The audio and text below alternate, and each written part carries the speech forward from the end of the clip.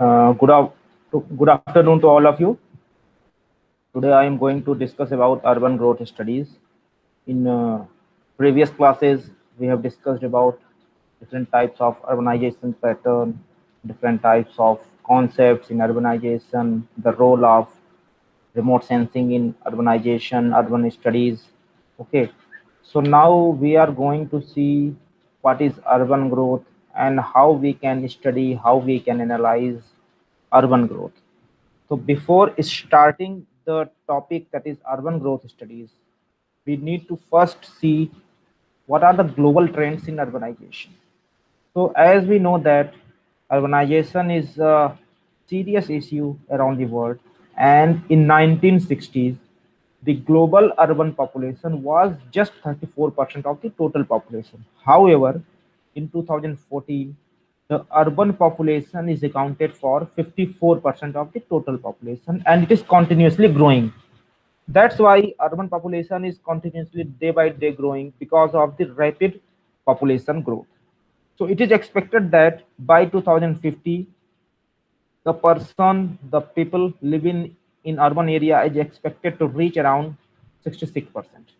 This report is by UNDESA that was released in 2014. So in figure, you can see the trend of urban population. You can see the population in urban area and rural area. When we compare the rate of population growth in urban and rural area, you can see the red line which is showing the urban population growth, and this green line is showing the rural population growth. So you see the population in urban area, or you can say the urban population is continuously increasing starting from 1950, and it is expected to be increased. It is expected to be in the same growing pattern up to 2050, and it is expected that it will reach around 66% of the total population. Means out of total population of the world, 66% of the population will live in urban area. So you can see the urbanization trend. You can see the rate of the urbanization. It's very fast. It's very fast. It is uncontrolled and systematic urbanization. That's why it comes rise to different problems. It comes rise to different environmental, different health related problems. Okay. In the second slide, it is showing the absolute urban growth between developing countries and developed countries. So developing countries are facing the rapid urbanization growth, rapid urbanization rate in comparison to the developed countries. Okay, this red line is showing the urbanization, or you can say the uh, urbanization pattern in developing countries is very fast in comparison to the urbanization rate in the developed countries. When we compare the relative urban growth continent wise, okay, when we compare the continent wise urban growth, so here you see that in Latin America and in the Caribbean area, the urban population is expected to have 83% in 2030, whereas in Asian countries it is expected to have 53% of the urban population in 2030. So you can see the pattern, or when we compare the urban population, the rate of urban population in 1950, in 2000, and in upcoming 2030, you can see it is continuously increasing. For African countries, it was in 1950 only 15%, then in 2000 it is 33%, and now it is expected to have 55% of the urban population in 2030. Okay, and the urbanization, or you can say the urban population rate in more developed countries of the world is around 84%, and it is also continuously increasing. It was 55% in 1950, then 76% in 2000, and now it is expected to have 84% in 2030. And the rest of the world, okay, when we compare the urban growth over the worldwide concept, so it's expected to have 60% in 2030. Initially, it was around only 30% in 1950.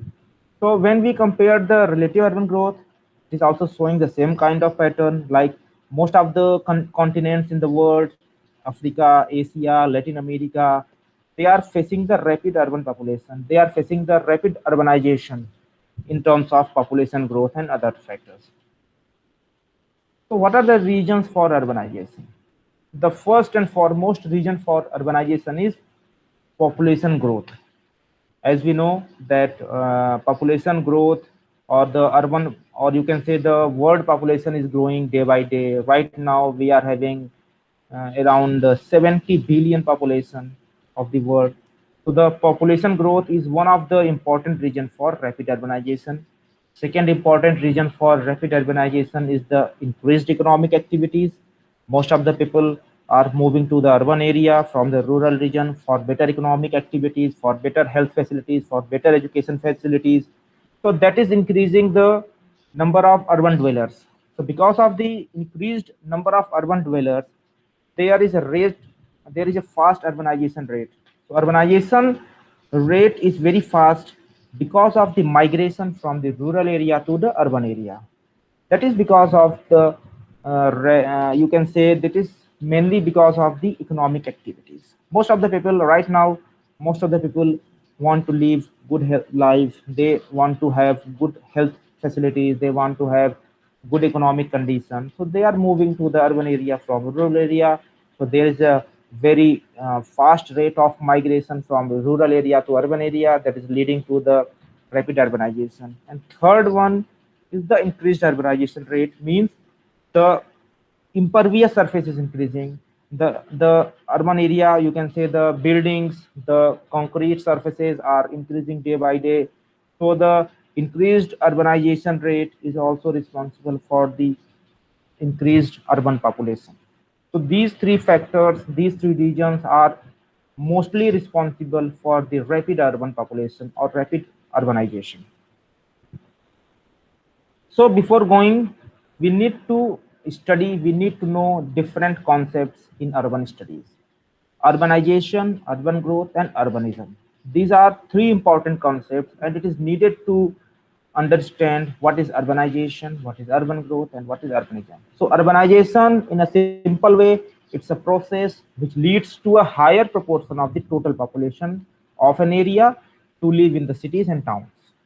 Urbanization is a process in which the number of urban dwellers, or you can say the higher proportion of the total population of an area to live in the cities and towns.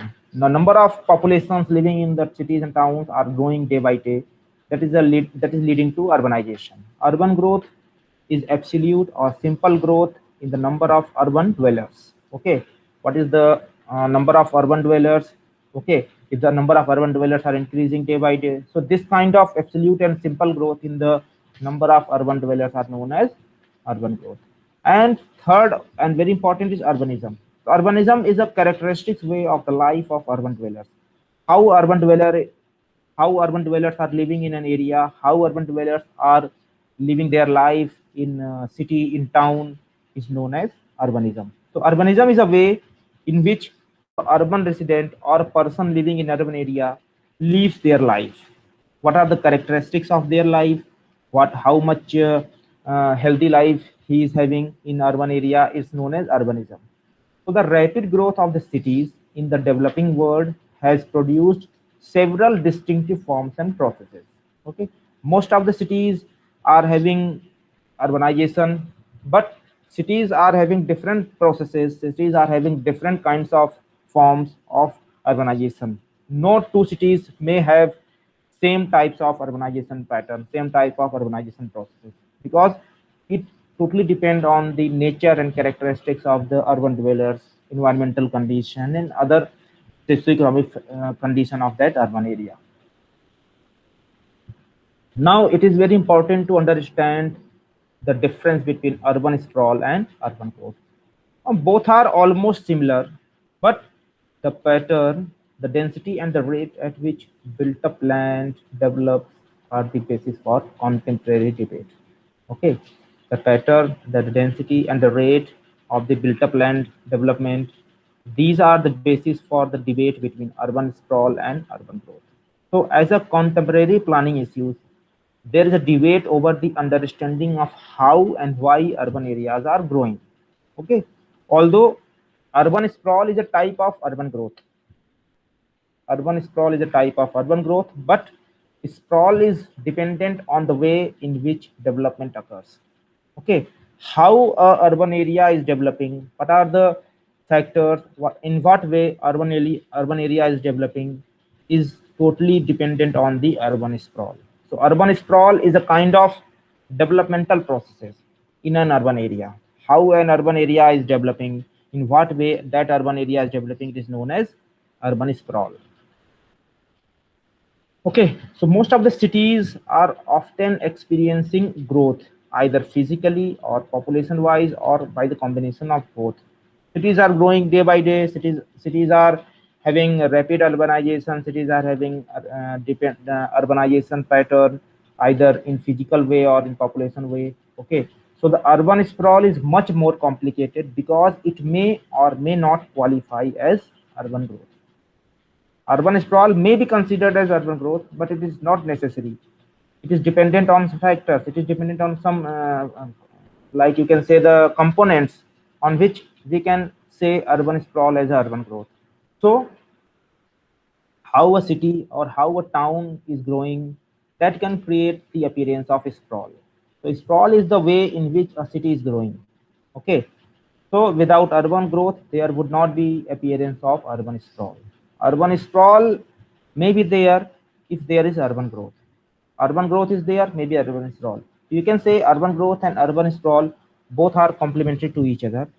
Without any urban sprawl, there would not be any urban growth. Both are complementary to each other because urban sprawl is totally dependent on the developmental processes. How a city is growing is known as urban sprawl, and if there is urban sprawl, definitely we can say there is urbanization or there is urban growth. So urban growth will be there only because of the urban sprawl. So it is very important to study what are the negative impacts of urban sprawl. So urban sprawl having several impacts when we are talking about a city. The first negative impact of urban sprawl is on environment, environmental degradation.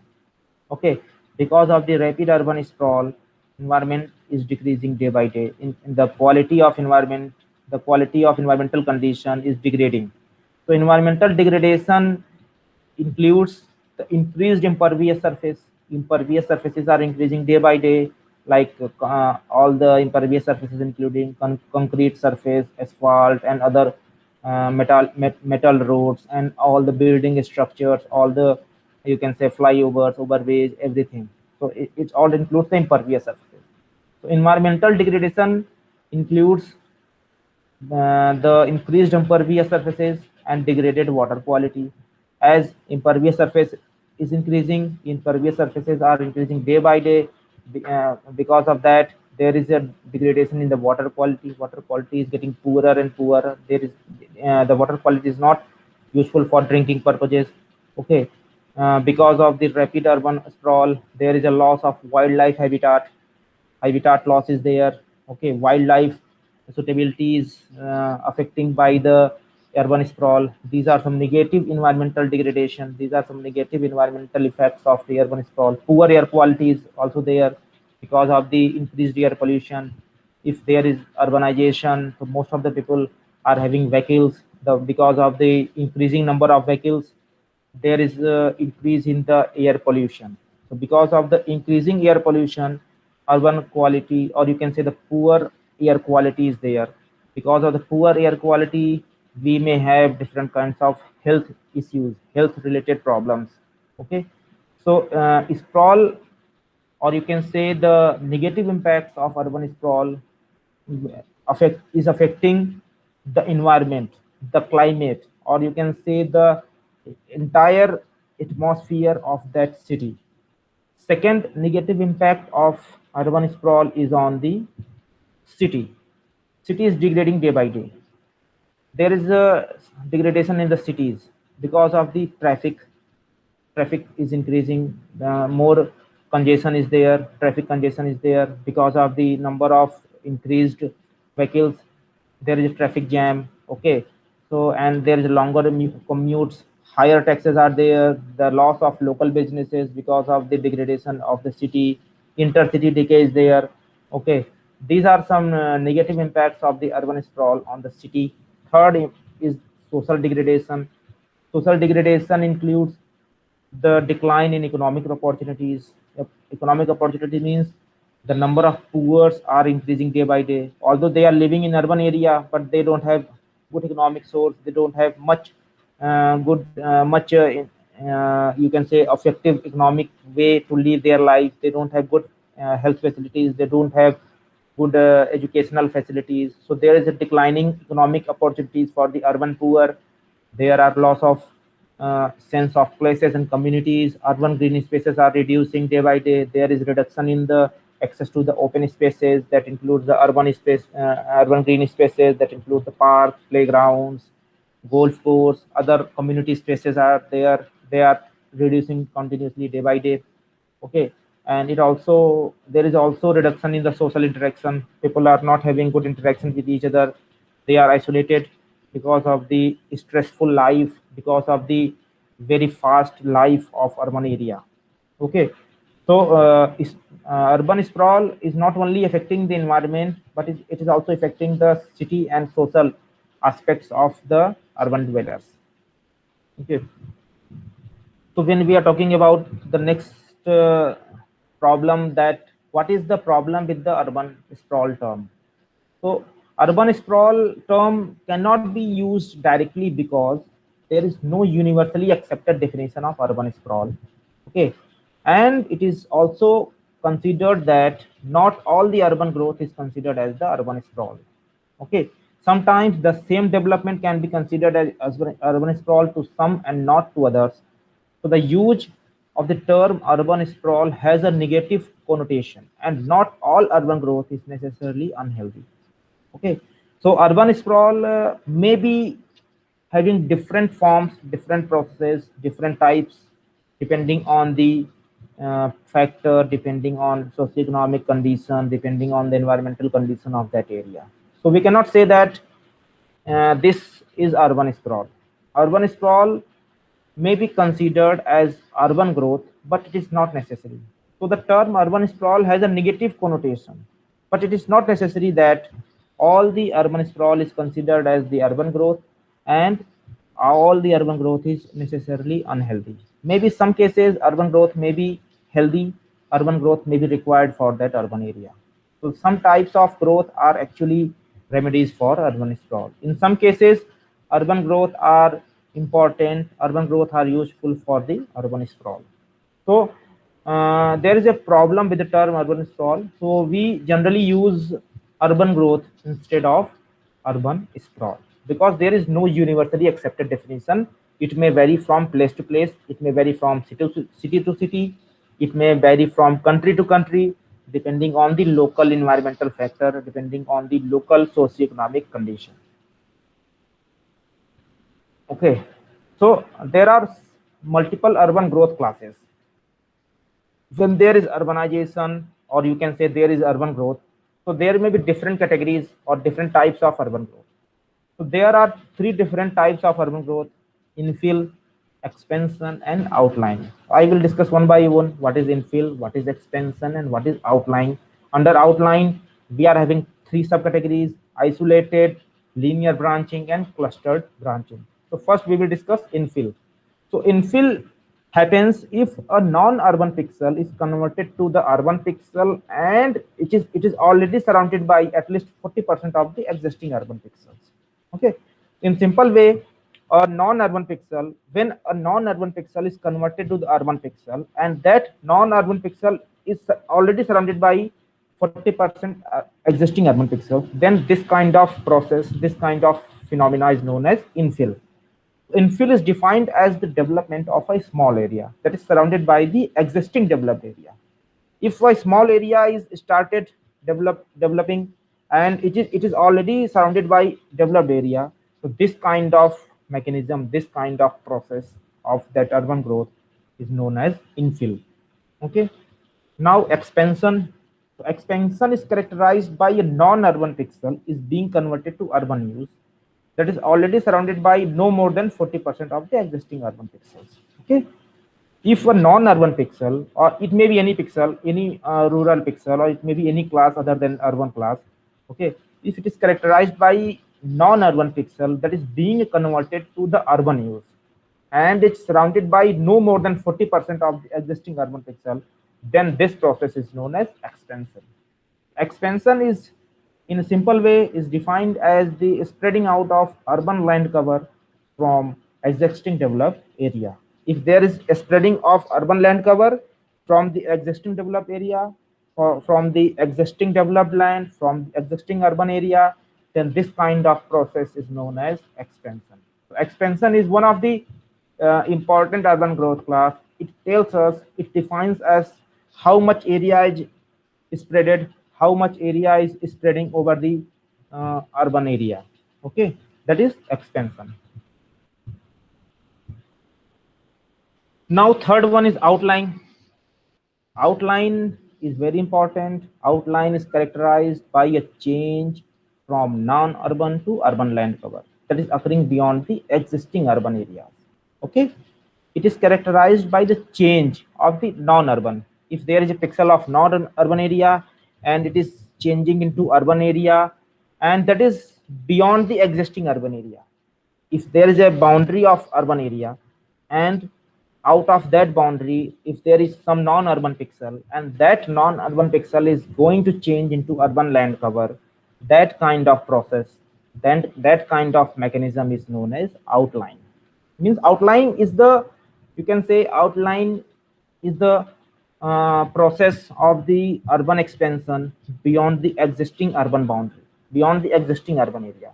If there is urbanization beyond the existing urban boundary or existing urban area, this kind of process is known as outline. Okay, under outline we are having three types of outline processes. Isolated.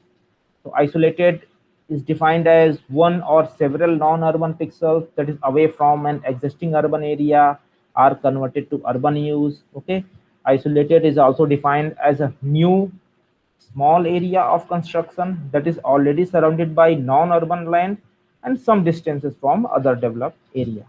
So this is isolated. Now linear branching is that when there is a new road, there is new corridor or linear development that is surrounded by non-urban and some distance from the other urban areas. If there is a construction of new road, if there is construction of new corridor, that kind of linear development which is surrounded by non-urban and some distance from other urban areas is known as linear branching. So linear branching is different from isolated growth, as in linear branching the pixels that changed to urban area connected to the linear fashion. Okay, so if there is a linear development, if the urbanization is in the linear form, then this kind of urbanization is not known as isolated, but it is known as linear branching. So linear branching and isolated both are of the same type of urban growth processes. The only difference is that isolated growth occurs in the form of some pixels, in the form of some clusters, whereas the linear branching occurs in the form of some linear fashion or linear diagram. Okay, the clustered branching. The clustered branching is a kind of new urban growth that is neither linear nor isolated, but instead a cluster. Okay, if there is new urban area, if there is new urban pattern is there, if the new development is there, or some new area is being developed in that area, so that kind of new urban growth that is neither linear nor isolated, but instead a cluster or a group. So this kind of urban growth class is known as clustered branching. So clustered branching is defined as a new, large and dense development in a previously undeveloped area. Okay, so we have seen here different kinds of urban growth classes. Urban growth classes is based on the pattern of the urbanization. What kind of pattern is there? How non-urban pixel is converting into urban pixel? What are the tendency of the conversion of the non-urban pixel to the urban pixel. It is totally comes under the urban growth classes. Okay. Now moving to next slide. Next slide. So after the urban growth classes, we need to study what is urban planning. Okay. When we are talking about urban planning, so urban planning is a technique, or you can say it is a method of the development that contributes to the organization, development, and evolution of the urban areas. Okay. Urban planning is a technique. It is a kind of, you can say, the process of the development that contributes to the organization, the development, and the evolution of the urban areas and their environment. So the environment surrounded that urban area may have different kinds of economic activities, may have different kinds of social activities, legal activities, aesthetic concepts, and the condition in order to promote the welfare of the public and quality of environment. So ultimate goal of urban planning is the welfare of public and the quality of environment. We have to be working on the urban planning. We should work on the urban development, but it should also consider the quality of environment. Okay. And urban planning also includes the economic development, the social development, the legal development, and the aesthetic concepts. It's not like that it's just construction of the building, just construction of the roads is considered as the urban planning. We should also focus on the economic activities. We should also focus on the social activities. We should also focus on the legal activities, and we should work on the welfare of the public. We should work on the welfare of the urban dwellers. And also we have to keep the sustainable development. We have to also keep the quality of environment in good condition. So the entire process, the entire method for that is known as urban planning. It's a kind of cyclic and continuous process. Okay. Now, so urban planning is an integrated approach. It is an integrated approach that includes the residence, work, and recreational areas. It's a kind of triangular. So this urban planning concept is known as Gadesian triangle. The Gadesian triangle, it is the concept that was first given by Sir Patrick Gates. He was a Swedish town planner. Okay, he was a Swedish town planner, and first time he introduced the term urban planning, and he introduced the concept of integrated development. It's a kind of integrated development process between the residence, the work, and the recreation area. Residence means the person living in that area, that is folk, organism. The work, it includes the function, the also it includes the economic activities, and the place, like it includes the environmental condition. So there may be the development, there may be some urbanization, but we should also work in an integrated approach to develop the residence, the work, and recreation area. So Gadesian triangle tells us how we can manage between the residence, between the work, and between the recreation area. So this entire process is known as Gadesian triangle. Gadesian triangle is very important when we are talking about the urban planning. Urban planning focuses on the development of new areas, but that development should include the folk, means the persons living in that area, that is organism, the work or the function, what kind of economic activities are there, and also the place, or you can say the environmental condition of that urban area. So it is a continuous process, and it is an integrated development of residence, work, and recreation areas. So now, after the urban planning, the term sustainable urban planning comes into the scenario, that a sustainable habitat planning or sustainable habitat includes, it demands a comprehensive understanding of different uses of land. How we are going to utilize that open land, how we are going to utilize that open space for different economic activities, is known as sustainable development or sustainable urban planning. So sustainable urban planning is not only just to construct buildings, not only just construct the roads. Sustainable urban planning means how we are going to utilize available open space, available open land for different activities. That includes the construction of the new houses, construction of the new roads. It also includes the construction of parks, garden, water bodies should be there. It should have some green spaces. It should have some historical buildings. It should have some parking lodge. It should have some mall. It should have some school, flyovers, okay, hospitals.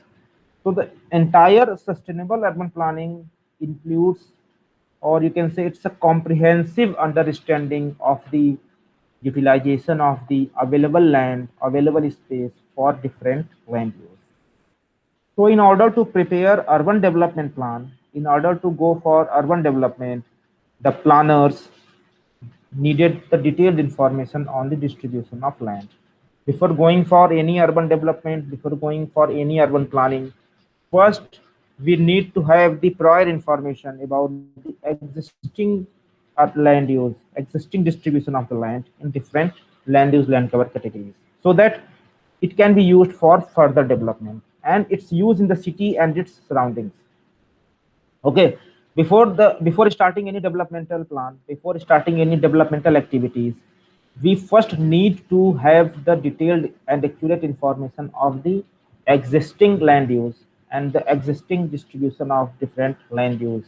Okay, so that we can use it for further development, further activities. For example, here you can see the city planner or engineer, you can say a civil engineer, are required to plan the optimum routes for the transportation, the construction of better utilities, the pipeline for water, gas, sewage with minimum construction cost as per different terrains.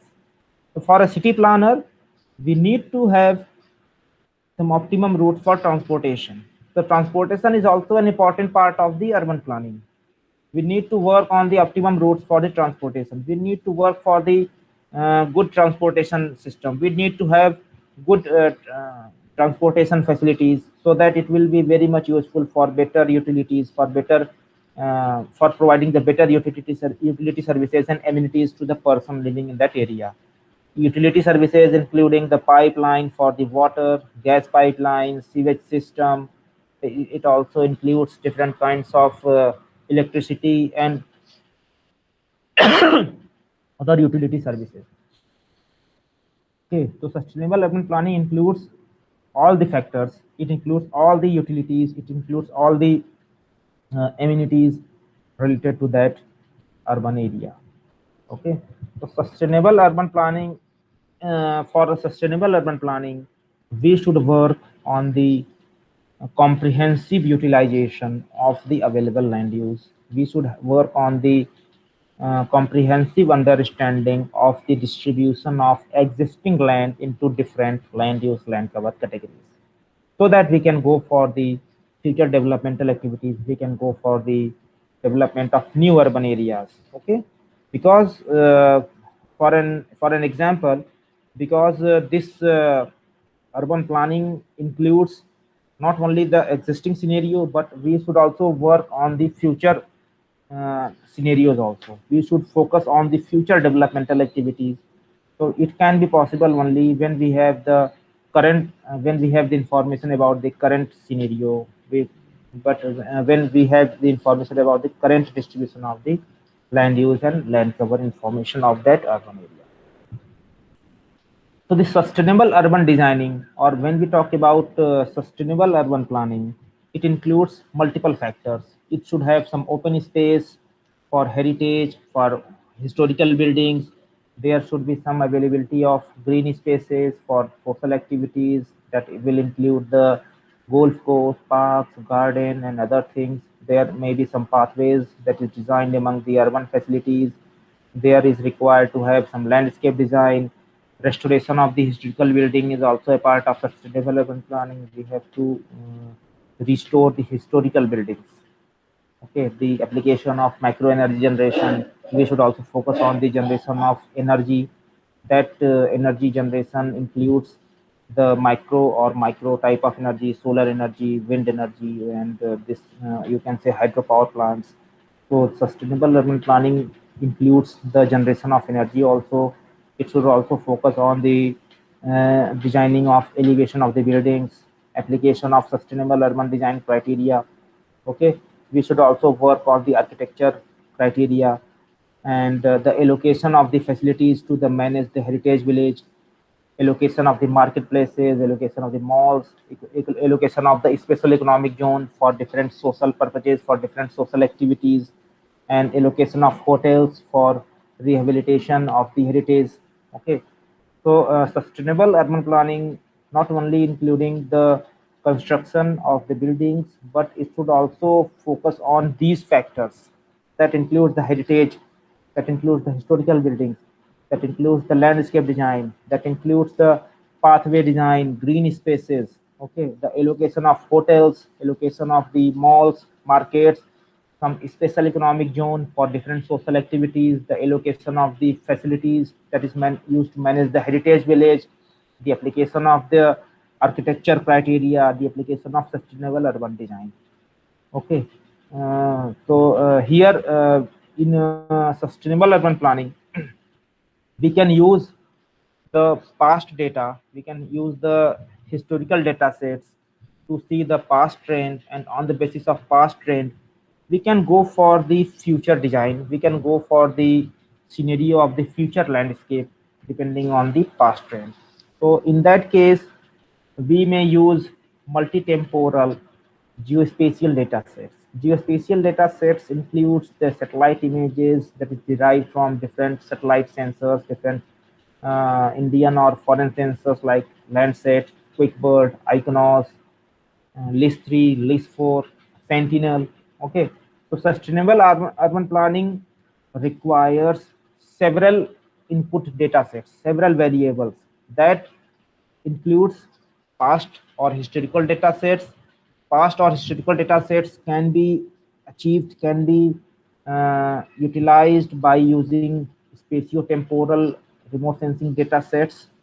Suppose if we are going to design in urban area, and if we want to see the past trend of urbanization, so we can use the satellite data sets, or we can download satellite data sets that is starting from the 1970s to 2020. First we need to check the past trend of urbanization starting from 1970s to 2020, and on the basis of this past trend of over 50 years, we can have the future scenario, we can design, we can model our change pattern, we can design our urbanization so that we can go for the future scenario and development of the future landscape planning. Okay, in that case, we should also include different kinds of socioeconomic factors.